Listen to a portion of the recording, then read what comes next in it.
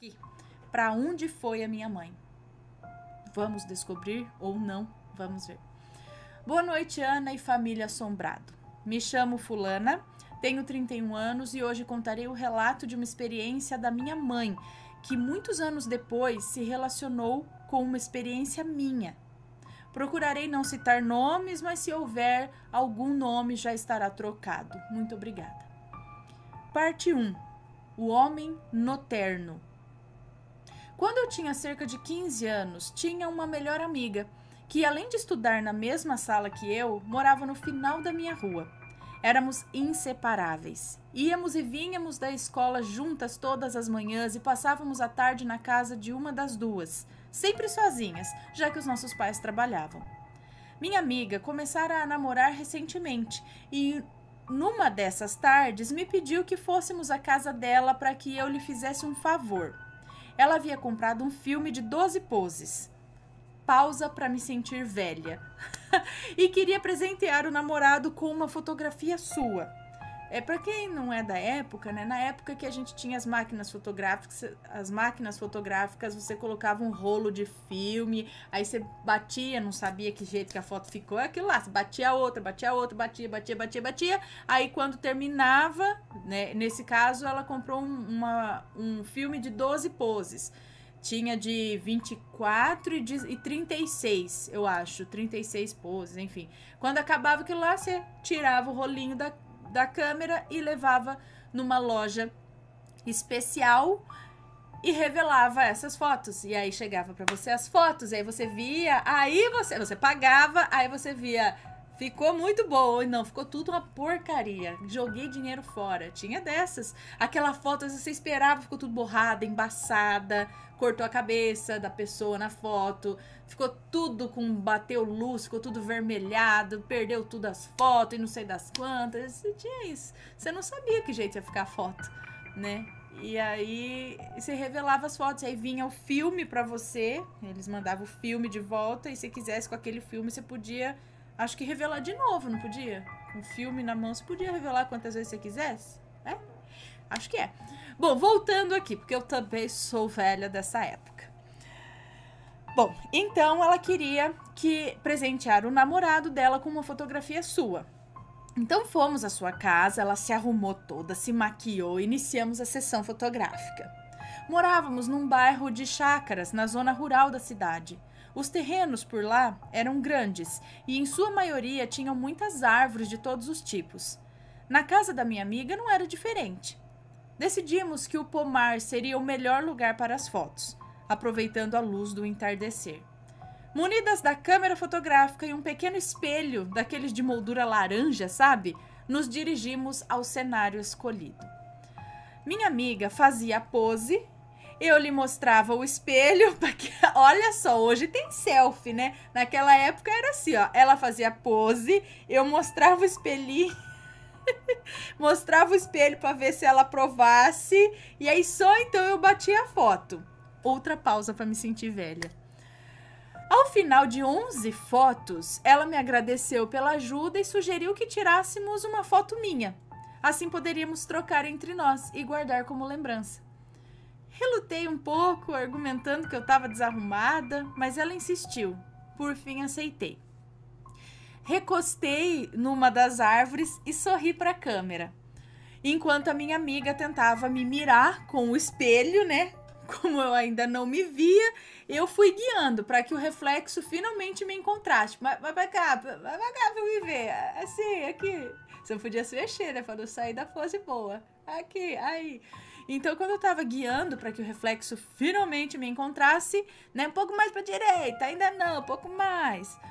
Quando, enfim, me vi no espelho, percebi que havia, um pouco atrás de mim, ao meu lado, um senhor de terno, gravata e chapéu cinzas. Ele era jovem, usava bigode e parecia fazer pose para foto também, com ambas as mãos entrelaçadas à frente do corpo. Assim?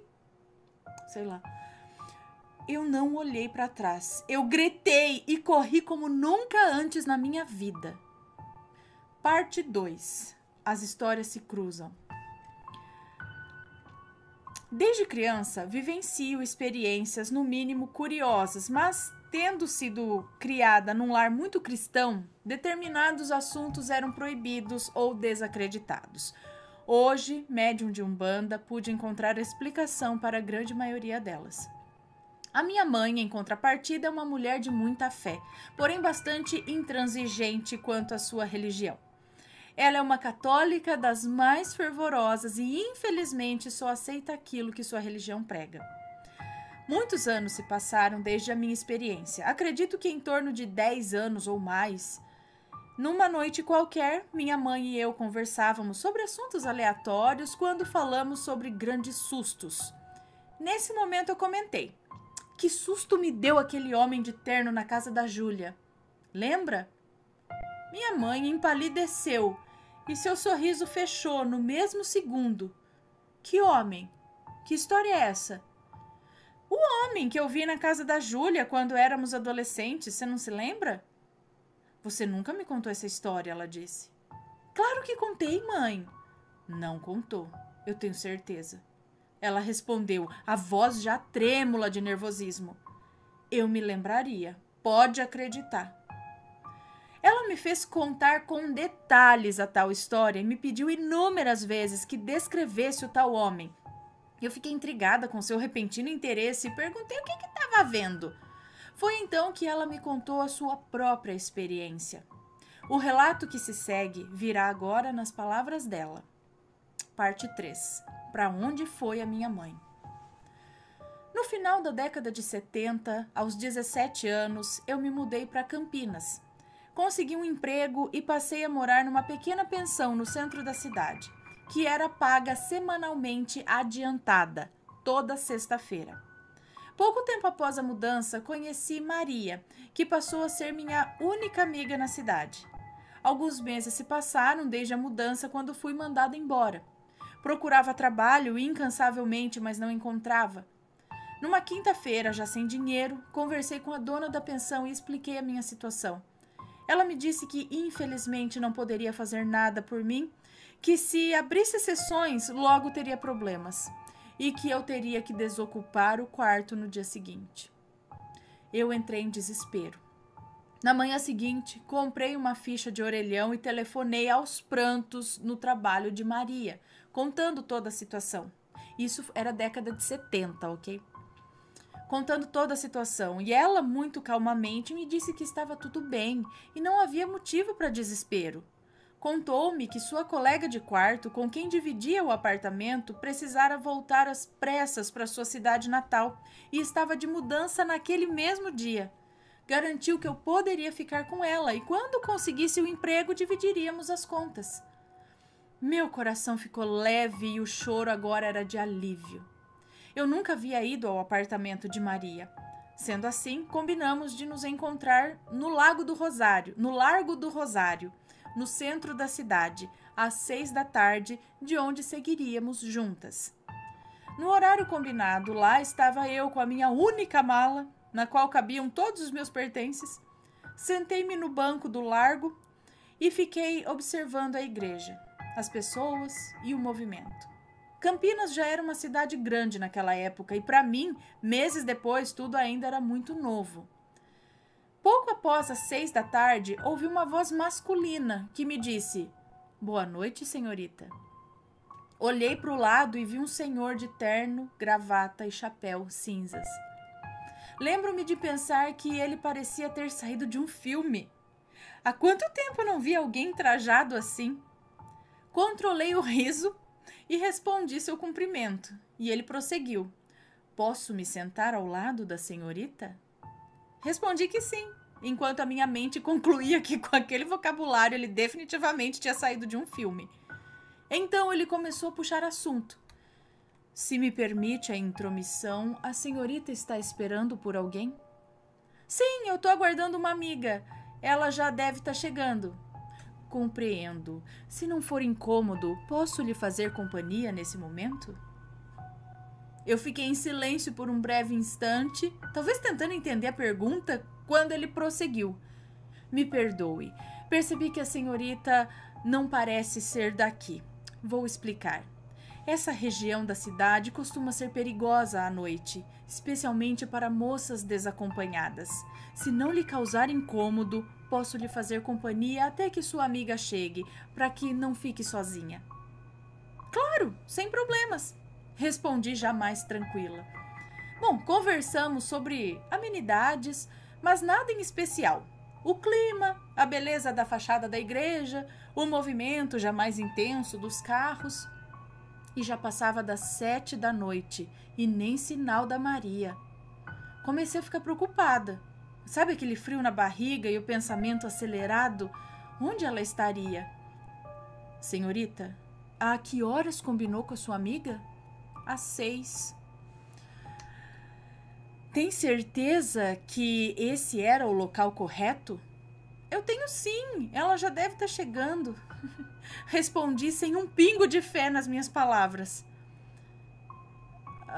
Gostaria de fazer aqui um pequeno adendo. Estamos na década de 70, ok? Telefones fixos residenciais são extremamente raros e caros. E celulares, obviamente, nem existiam. Bom, em torno das 8 horas da noite... a penumbra já tomava o largo, iluminado apenas pelas luzes fracas dos postes e os faróis de um ou outro carro que passava. O movimento era quase nulo e meu nervosismo aumentava a cada segundo. Aquele senhor me perguntou o que estava de fato acontecendo, e eu, resumidamente, o coloquei a par de toda a situação e da minha óbvia necessidade de encontrar a Maria. Não tinha dinheiro, não conhecia mais ninguém ali, não tinha comida. O que eu faria se ela não viesse? Para onde eu iria? Teria que dormir na rua? O frio na barriga agora beirava o pânico e eu passei a rezar em silêncio. Foi quando aquele senhor interrompeu minhas orações com uma proposta, no mínimo absurda. Senhorita, sei que mal nos conhecemos, mas diante de sua angústia... Minha casa não fica muito longe daqui. Caso sua amiga não apareça, a senhorita pode se sentir à vontade para passar a noite lá. Sou sozinho, mas tenho um quarto sobressalente. Não seria incômodo algum. De jeito nenhum. Isso não é necessário. Obrigada, interrompi bruscamente. Como aquele homem poderia imaginar que eu cairia nessa, né? Eu tava sozinha, angustiada, mas não era louca também. Ir pra casa de um desconhecido assim, sem mais nem menos? Ah, não. Isso era demais. Ele se desculpou e continuamos a conversar. Nesse ponto, na verdade, ele conversava sozinho, né? Eu tava absolutamente anestesiada pelo pânico que me consumia por dentro. Notei, entretanto, que aquele senhor tinha modos bastante peculiares, que iam além da vestimenta e do vocabulário tão antiquados. Era o que se poderia chamar, décadas antes, de um senhor distinto. Por volta das 9 da noite, já não havia mais como conter o meu pânico. O choro de desespero aflorou, aquele senhor esperou pacientemente até que eu me acalmasse e novamente sugeriu. Senhorita, compreendo suas ressalvas, mas já passa das 9. Sua amiga certamente não virá. Eu sou um desconhecido, mas veja nos meus olhos, sou uma pessoa de bem. Venha comigo, senhorita, por favor. Já sem reação e desesperada, peguei minha mala e segui aquele homem, pedindo a Deus que me guardasse. Fomos até o ponto de ônibus mais próximo e antes que pudéssemos nos sentar, o senhor fez sinal para o primeiro ônibus que vinha. Nesse momento, lembro-me de respirar fundo, me recompor e pensar, chega de choro, agora você fique alerta. O frio na barriga me acompanhava, mas agora era quase como um instinto de sobrevivência. Eu passei a me ater a cada detalhe. Observei o carro com atenção, o número da linha, a placa, tudo que julguei necessário para minha própria segurança. O mesmo ocorreu com o trajeto. Gravei cada curva do caminhão que o ônibus percorreu. Cada curva do caminho, não do caminhão. Cada curva do caminho que o ônibus percorreu. Afinal, caso algo me acontecesse, eu precisava saber dizer exatamente onde aquele homem morava ou para onde havia me levado. Ainda rodando nos arredores do centro, num dado momento o ônibus saiu de uma avenida importante da cidade para uma rua também bastante importante e conhecida. Já no final, essa rua se tornou uma ruazinha estreita de terra. Aquilo realmente me surpreendeu. Uma rua de terra próxima ao centro de uma cidade grande como aquela era, de fato, algo muito inusitado. Especialmente uma rua importante e que pouco antes era totalmente asfaltada e repleta de casas comerciais. O ônibus percorreu cerca de 1 ou 2 quilômetros e ainda nessa mesma rua, aquele senhor fez sinal para que o motorista parasse no próximo ponto. Em seguida, fez um gesto para mim, indicando que iríamos descer. Quando descemos, eu senti que as minhas pernas perdiam as forças. Estávamos num local ermo, no meio da escuridão. Tipo, era deserto. Eu tinha certeza que ali eu ia morrer. Respirei fundo e pude distinguir uma única luz um pouco à frente. O senhor apontou para lá e disse: "Eis ali meu humilde lar. Me acompanhe." Olhei em volta. Para onde eu correria? Então, ainda com as pernas trêmulas, eu o segui.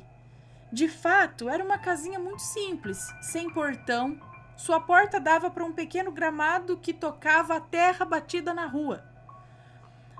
Entramos e ele acendeu as luzes. Estávamos na cozinha da casa. "Como disse, é bastante simples", disse o senhor, de cabeça levemente baixa, parecendo consternado. "Mas a senhorita pode ficar à vontade. Vou buscar roupas de cama limpas." Por um breve momento, meu medo pareceu se dissipar. Ele parecia realmente consternado, sabe? Mas meu instinto de sobrevivência falou mais alto. E enquanto ele se ausentava, abri uma das gavetas e peguei uma faca, que escondi na cintura por baixo da camiseta. Logo ele retornou com roupas de cama e toalhas limpas e por cima delas uma chave. "Venha comigo, vou lhe mostrar o quarto." Ele me levou até um pequeno quarto, tão simples quanto o restante da casa, colocou as roupas de cama em cima do colchão e disse: "Aqui está a chave da porta. Se a senhorita se sentir mais segura, fique à vontade para trancá-la. Eu também lhe trouxe uma toalha limpa caso a senhorita queira se lavar. Está com fome?" Eu respondi que não, que estava apenas muito cansada. Ele assentiu com a cabeça e continuou: "Eu imagino que sim. Vou deixá-la descansar. Se precisar de qualquer coisa, pode me chamar. Meu quarto é naquela porta." E apontou para um cômodo não muito distante. "Caso sinta fome, fique à vontade na cozinha. É tudo muito simples, mas sempre há o que comer." Finalizou sorrindo. Agradeci, coloquei a mala num canto. Assim que ele se virou, tranquei a porta. Não é preciso dizer que naquela noite eu mal dormi. Coloquei a faca embaixo do travesseiro, mas qualquer mínimo de ruído fazia meu coração acelerar. Já no final da madrugada, consegui pegar no sono, mas acordei assim que o sol nasceu. Me levantei e fui até a cozinha. O café da manhã estava posto à mesa, mas a casa parecia vazia. Notei um bilhete na mesa. "Bom dia, senhorita. Julguei que estaria com fome e preparei o café. Infelizmente não poderei lhe fazer companhia, pois tenho muito trabalho a realizar. Espero que sua situação se resolva." Meu espírito finalmente se acalmou. Enfim, estava tudo bem. Comi, arrumei o quarto e devolvi a faca. Antes de sair, com o coração agradecido, decidi também deixar um bilhete. Peguei a mesma caneta ali deixada, virei a folha e comecei a escrever no verso: "Caro senhor." Senhor quem? De repente me dei conta de que em momento algum, diante daquelas horas e horas de conversa, eu havia perguntado seu nome. E nem ele o meu. Fiquei pensando nisso por alguns instantes, mas redigi o bilhete mesmo assim, agradecendo pela imensa ajuda que ele havia me prestado. Caminhei alguns metros e tomei o mesmo ônibus da mesma linha. Ele fez o mesmo trajeto da noite anterior e em poucos minutos eu estava novamente no centro da cidade. Telefonei no trabalho de Maria e descobri que na tarde anterior ela havia passado muito mal no trabalho e sido levada às pressas para o hospital, onde permaneceu até a madrugada, sem a menor possibilidade de me contatar. Nos encontramos finalmente no mesmo largo combinado na noite anterior. Ela chegou correndo, me abraçou e disse: "Ai, graças a Deus, você tá bem." Sua reação foi explicada através do jornal que me mostrou pouco mais tarde. A manchete principal era sobre uma moça que fora perseguida, roubada e violentada na noite anterior, no Largo do Rosário. Meu corpo inteiro se arrepiou e eu fiquei trêmula por alguns instantes. Poderia ter sido eu, não fosse aquele senhor. Mais uma vez meu coração se encheu de gratidão e decidi que voltaria à casa dele quando possível e lhe agradeceria decentemente. Maria quis saber tudo sobre a noite anterior e contei a ela da loucura que havia feito aceitar passar a noite na casa de um completo desconhecido. Ela me ouvia estarrecida, mas diante do acontecimento com a pobre moça da notícia, a minha decisão já nem parecia mais tão absurda. Contei que não havíamos perguntado os nomes um do outro, e ela riu. Por fim, ressaltei o quanto fiquei surpresa com a existência de uma rua de terra praticamente deserta num lugar tão movimentado. Maria estranhou e quis saber onde exatamente ficava essa rua.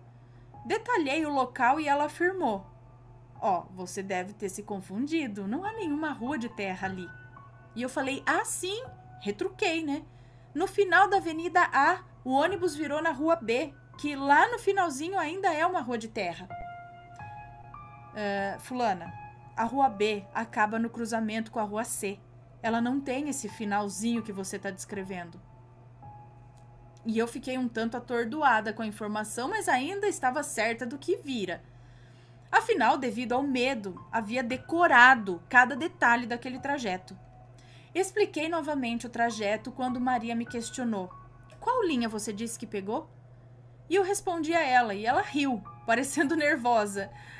"Essa linha não existe, fulana." E eu comecei a pensar que ela estivesse tentando caçoar de mim, ou me assustar, e já sem paciência encerrei o assunto. No fim de semana seguinte, decidi ir até a casa daquele senhor, levar alguns bombons e agradecer pelo favor que me prestara. Maria quis ir comigo. Segundo ela, era a chance de me provar que estava certa. E ela realmente estava. Esperamos por horas, mas o ônibus daquela linha nunca passou. Decidimos pegar outra linha que passava perto da Rua B e finalizar o trajeto a pé. Senti meu corpo anestesiado quando no final da Rua B, ainda asfaltada, me deparei com o cruzamento com a Rua C, tal como Maria havia descrito. A rua de terra nunca existiu. Aquela linha de ônibus nunca existiu. Aquele homem existiu?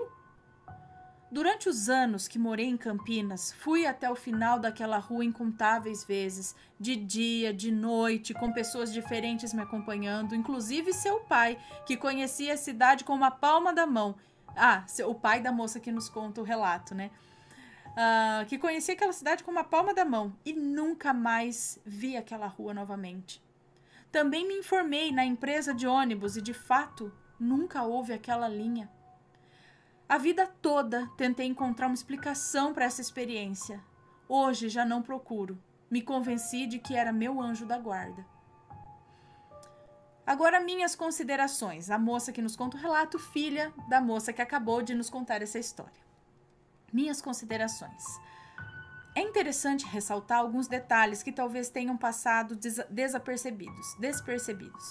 Primeiro, minha mãe e ele nunca se tocaram. Nem mesmo no momento em que ela caiu aos prantos, nem no ônibus, nem quando ele lhe entregou as roupas de cama, que deixou em cima do colchão. Segundo, eles não conversaram na presença de uma terceira pessoa. Minha mãe conta que eles permaneceram em silêncio dentro do ônibus, já que ela estava focada em decorar cada detalhe do trajeto. Ana, já pesquisei muito a respeito desde que a minha mãe me contou essa história. Apesar de minhas próprias experiências e de minha fé no sobrenatural, me considero uma pessoa bastante cética. Procuro, primeiro, buscar sempre uma explicação lógica ou científica para as coisas e atribuir ao sobrenatural apenas aquilo que realmente não tem explicação. Mas, no caso da experiência da minha mãe, nunca encontrei um veredito. No campo científico, algumas pessoas já sugeriram que possa ser uma memória criada para reprimir um trauma muito grande. Por exemplo, ela teria de fato dormido na rua, ou coisa pior, mas seu subconsciente a fez esquecer isso, plantando uma memória fantasiosa em seu lugar. Sim, eu já escutei essa até que eu sempre dou exemplo que eu me lembro da faculdade, eu acho que é de Freud lá, acho que é um caso, não sei se é de Freud ou de outro, não sei, que a pessoa criou uma falsa memória de uma situação que a traumatizou. Então poderia ser isso. Também já sugeriram que, devido ao estresse, ela pode ter tido uma alucinação. No campo do sobrenatural, mais sugestões ainda. Seria de fato seu anjo da guarda? Uma entidade protetora da nossa família, já que eu pareço ter visto o mesmo homem, porém mais novo do que a minha mãe o viu? Minha mãe teria cruzado o véu para outra dimensão? Honestamente, não acredito na possibilidade de ter sido uma alucinação ou memória falsa. Estou convencida de que foi uma experiência sobrenatural. Minha mãe era muito jovem e bem pequena, estava sozinha e carregando uma mala. Se dormisse na rua, numa cidade como aquela, mesmo naquele tempo, no mínimo teria sido roubada ou coisa pior. Mas talvez eu esteja sugestionada à emoção que ela transpareceu ao me contar a história, o que torna impossível para mim pensar que seja uma criação de sua mente. Se você ou algum assombrado tiver uma opinião a respeito, ficarei muito feliz em ouvir. Agradeço muito por ler meu relato, beijos enormes nos bebês e muito axé para toda a sua família. Um beijo para você, muito obrigada por compartilhar essa história com a gente. Olha, eu sempre digo aqui, eu sou como você, quero descartar todas as possibilidades, sim, sempre penso nessa possibilidade de talvez a pessoa ter sofrido um trauma, um medo muito grande, ela entrou em pânico de ficar sozinha na rua. Aí vai saber se ela não caminhou, às vezes ela caminhou até, sei lá, um banheiro público e teve que dormir sentada no chão dentro da porta de um banheiro público sujo, sei lá. E aí ela passou a noite ali, na mente dela foi criado que um educado senhor a levou até sua casa, né? E aí, sei lá, criou tudo isso. Mas ao mesmo tempo, criaria dessa forma? Ela pegaria a faca para se defender dele? Não sei, né? Criação da mente, sei lá. Mas eu sou muito inclinada a acreditar que foi realmente uma proteção sobrenatural. Alguma coisa tirou ela ali da praça, porque ele já sentou ali do lado, talvez já dando essa proteção, né? Já sabendo que a amiga não viria. E ficou ali protegendo. Não sei de que forma, se ele não estava ali de verdade, talvez poderia. Mas tirando ela de lá na noite, né? Que eu acho que é onde seria o momento mais perigoso, a madrugada, a noite ali.